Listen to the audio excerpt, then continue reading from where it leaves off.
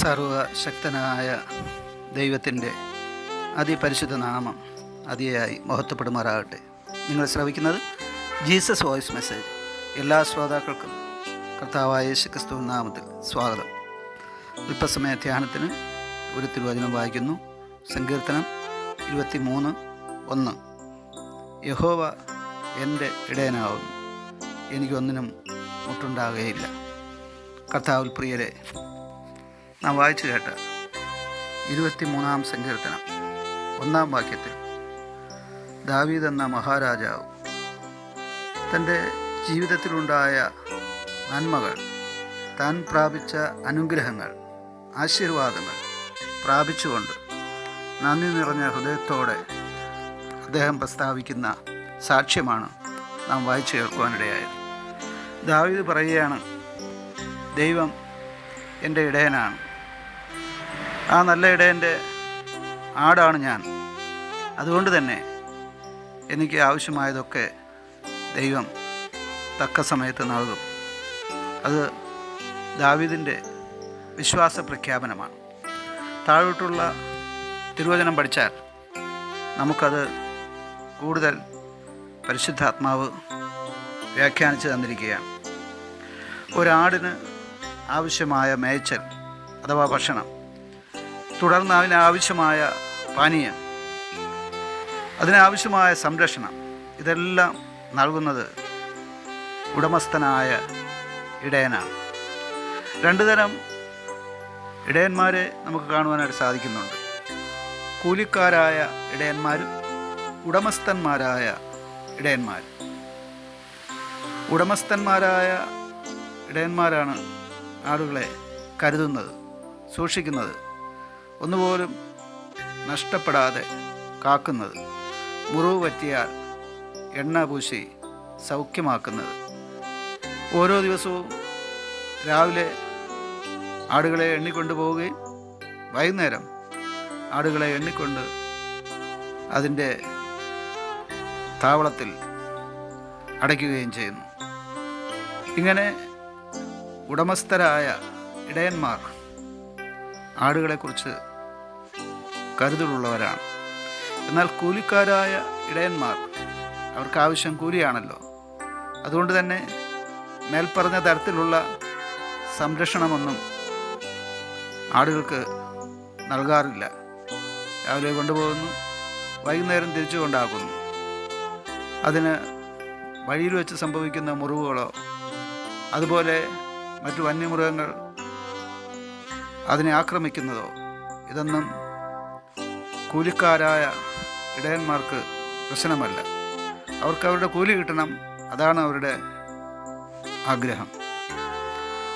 ഇവിടെ ദാവീദ് പറയുകയാണ്, ദൈവം അഥവാ യഹോവ എൻ്റെ ഇടയനാവും, അതുകൊണ്ട് തന്നെ എനിക്കൊന്നിനും മുട്ടുണ്ടാകുകയില്ല. ഒന്നിനും മുട്ടുണ്ടാകുകയില്ല എന്ന് പറഞ്ഞാൽ മനുഷ്യ ജീവിതത്തിൻ്റെ സമസ്ത മേഖലകളെയും അത് സന്ധിക്കുന്നതാണ്.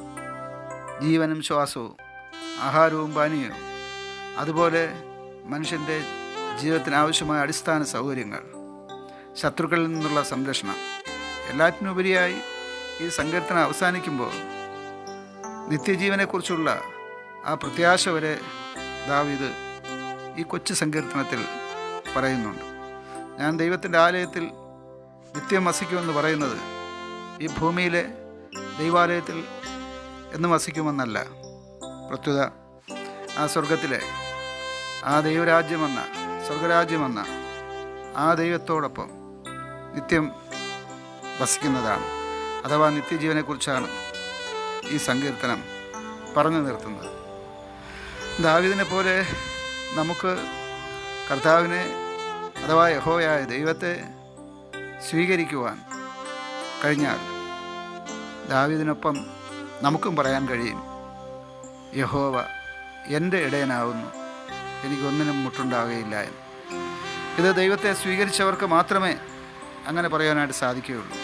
അപ്പോസ്തലനായ പൗലോസ് ഇത് സംബന്ധിച്ച് ഫിലിപ്പിയർ 4:19 പറഞ്ഞത്, എൻ്റെ ദൈവമോ എൻ്റെ ബുദ്ധിമുട്ടൊക്കെയും തൻ്റെ ധനത്തിനൊത്തവണ്ണം മഹത്വത്തോടെ തീർത്തു തരുമെന്നാണ്. മുട്ടുണ്ടാവുക സ്വാഭാവികമാണ്. എന്നാൽ മുട്ടുതീർക്കുവാൻ നല്ലൊരു ഇടയൻ ഉണ്ടല്ലോ. ആ ഇടയനിൽ ആശ്രയിക്കുന്നവർക്ക് കാലാകാലങ്ങളിൽ ആവശ്യമായിരിക്കുന്ന ആത്മീയ നന്മകൾ ഒപ്പം ഭൗതിക നന്മകളും നൽകുവാനിടയാകും. ഈ വചനങ്ങളാൽ സർവശക്തനായ ദൈവം നിങ്ങളെ സമൃദ്ധിയായി അനുഗ്രഹിക്കുമാറാകട്ടെ. ആമേൻ.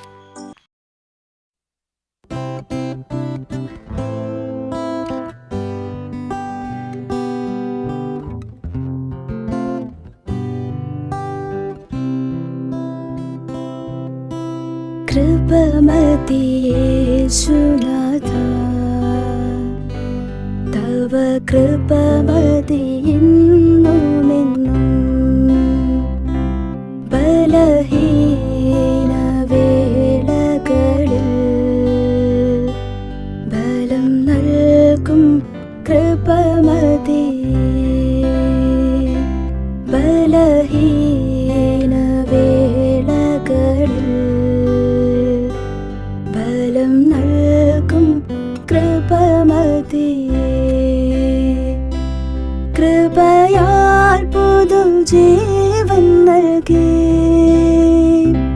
കൃപയാൽ എന്നെ സൗഖ്യമാക്കി. കൃപയാൽ പുതുജീവൻ നൽകി,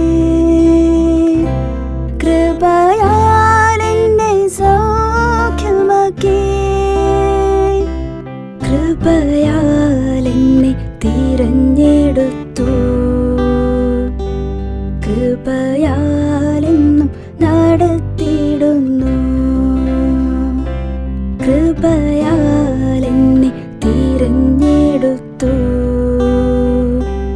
കൃപയാൽ എന്നും നടത്തിയിടുന്നു. കൃപമതി യേശുനാഥ, തവ കൃപമതി എന്നുമെന്നും. ബലഹീന വേളകളിൽ ബലം നൽകും കൃപമതി. ബലഹീന വേളകളിൽ ബലം നൽകും കൃപമതി. നിലയ്ക്കാത്ത വേദനകൾ, നിലയാത്ത നേരങ്ങളിൽ, നിലയ്ക്കാത്ത വേദനകൾ, നിലയാത്ത നേരങ്ങളിൽ നീങ്ങിപ്പോകും തവ കൃപയാൽ. നിന്റെ കൃപയത്ര അത്ഭുതമേ. നീങ്ങിപ്പോകും തവ കൃപയാൽ. നിന്റെ കൃപയത്ര അത്ഭുതമേ. കൃപമതി യേശുനാഥ, തവ കൃപമതി എന്നുമെന്നും. ബലഹീന വേളകളിൽ ബലം നൽകും കൃപമതി. ബലഹീന വേളകളിൽ